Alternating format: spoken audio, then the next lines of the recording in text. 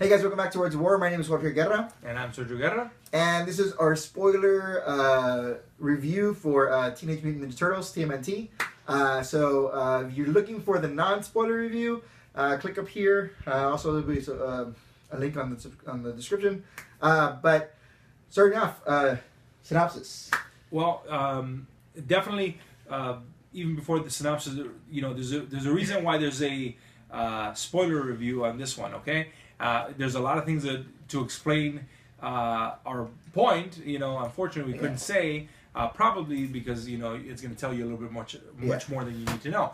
In this case, synopsis-wise, I'm going to go in a little more detail as well. Mm-hmm. So just fair warning.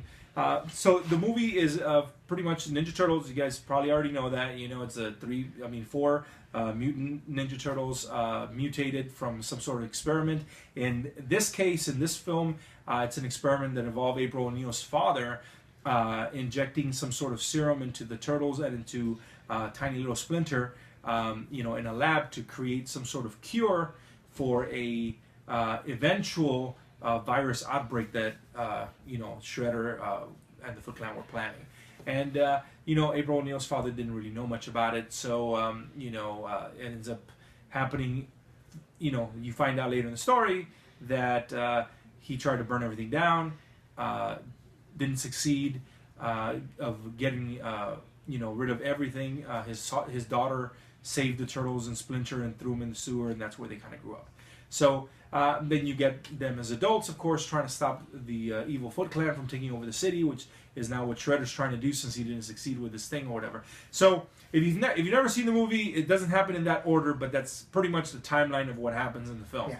So first things off, I'm thinking we should give you our rating, yeah. Right? So you gave it a what? 6.5. Right, and I gave it a 6, and the reason is because it's not a bad movie, okay? But I just want to start off with the fact that trying not to compare it to the older movies, if you're familiar with the older ones, is going to be very difficult. Yeah. And the reason that I definitely want to make a comparison is because it makes a huge difference in the story. This story seemed very bland, not very two-dimensional. As far as most of the characters in there, the Turtles did have a good dynamic within each other and all that.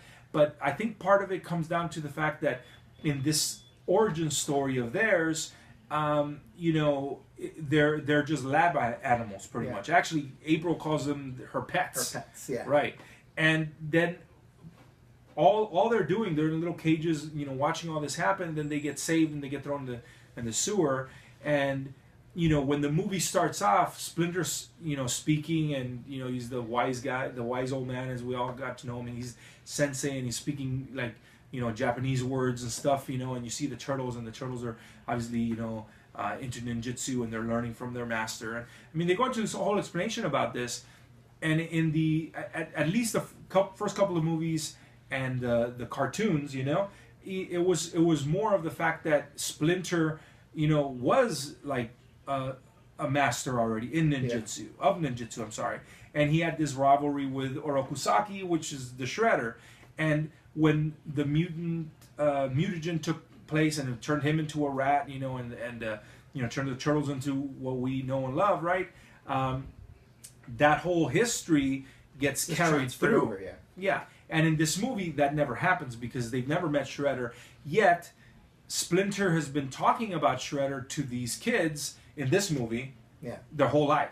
How they're going to be the saviors, they're going to have to fight Shredder and the Foot Clan. And how the hell this Splinter knows that, I have no idea. They never give you any kind of idea for that. So, just based on that, as far as the beginning, the origin story, not having that kind of link to where, when Shredder does fight, Splinter, and it's kind of like a very iconic moment, it's kind of like, Palpatine fighting Yoda in Star Wars, It's kind of like, oh wow, these are the two big dogs. But here, they had no history. Yeah, like that's something about what bugged me about this origin was like, if it's not broke, don't fix it. Like, it's like, it's that simple. And like now, especially with CGI and that stuff, it was perfect timing for them to be able to do that origin like and do it justice. You know what I mean? And it would have been super cool if you would have seen that, because then the rivalry would have made sense. And like you were saying, the whole fight, like it was a cool fight. Like Shredder was fighting Splinter, and you got that sense of like, oh, we're rivals, and like,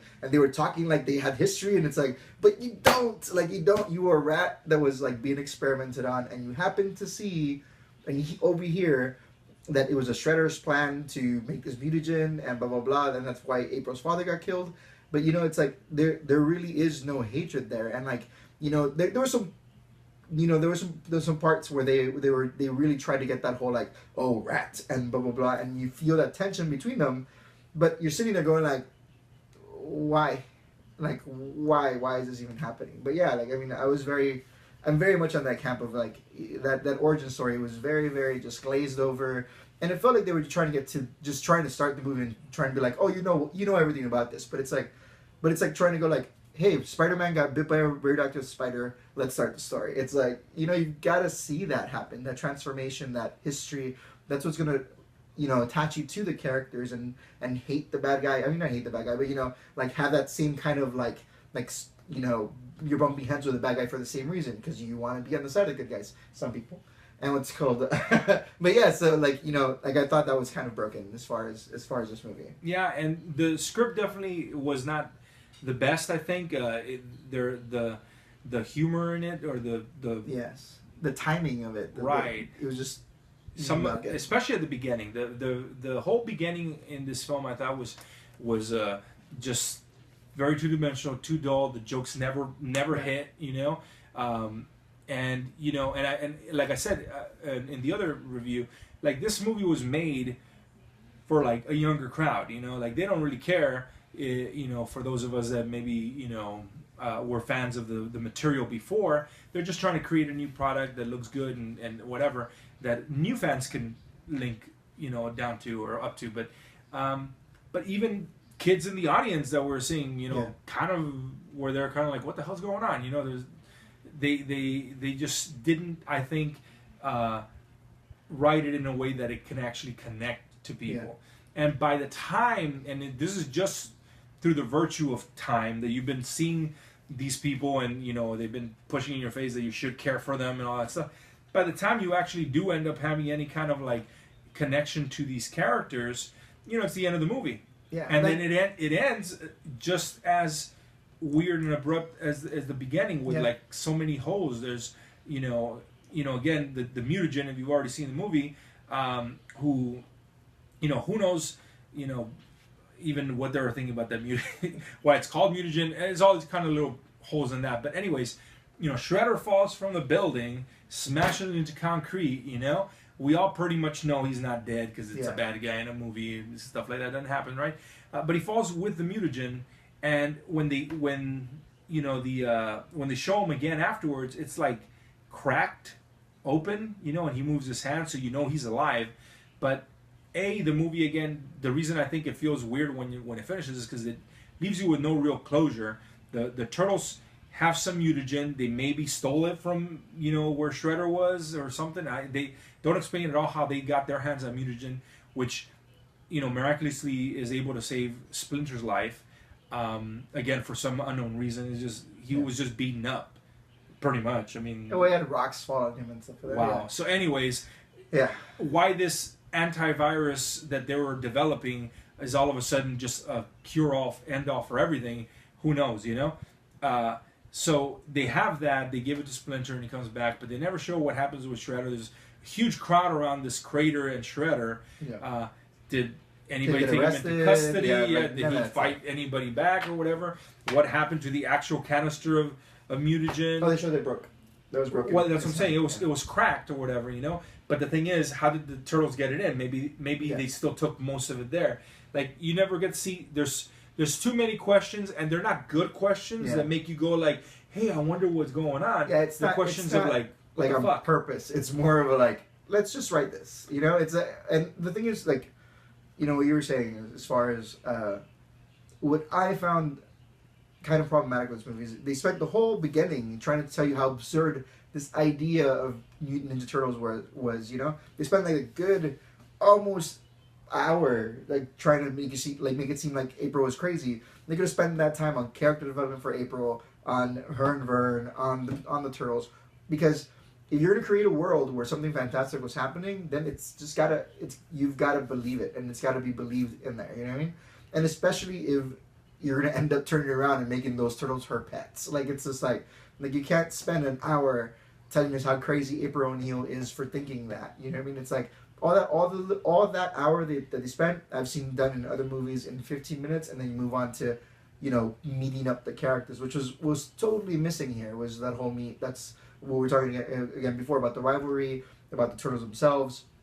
If you know Raph's backstory, how he kind of fades away from the turtles, like he's always the kind of one that wants to go on his own. They try to play all these little things that people that have seen it already know, but again, if you're watching as a new person and you've never seen this before, you really wouldn't know that. And it's like, and they don't get to that because they don't meet out the story. It's like, so it misses a lot of the jokes in the beginning because of that. Like April has a roommate that has no reason to be there.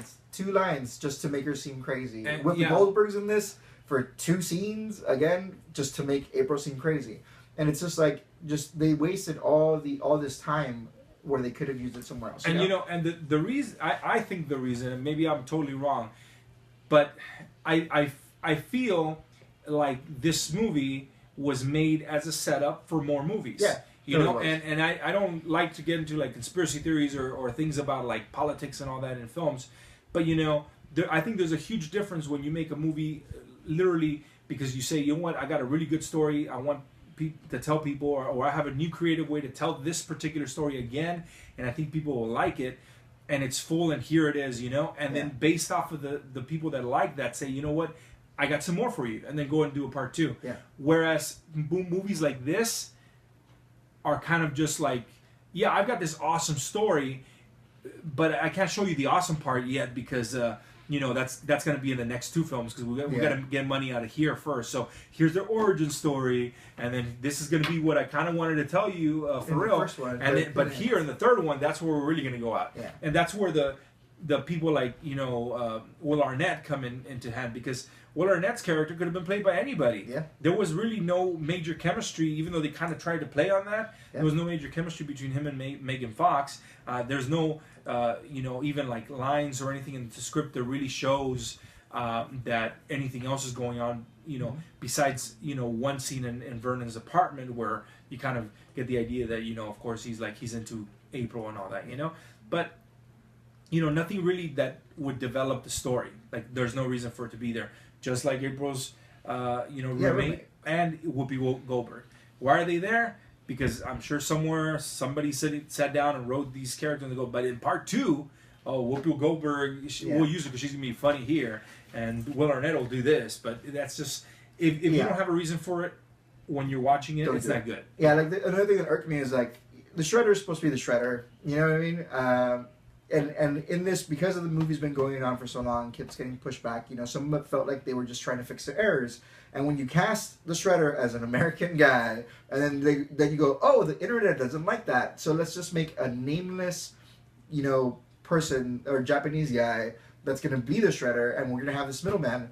That made no sense for there to be a middleman, because if you're the head of the Foot, and the Foot had guns. Like, the Foot they were ninjas, they were mercenaries. And what's called... now we're nitpicking. Yeah, we're nitpicking. But that's why this one's got spoilers. But it's like, it was just... It was...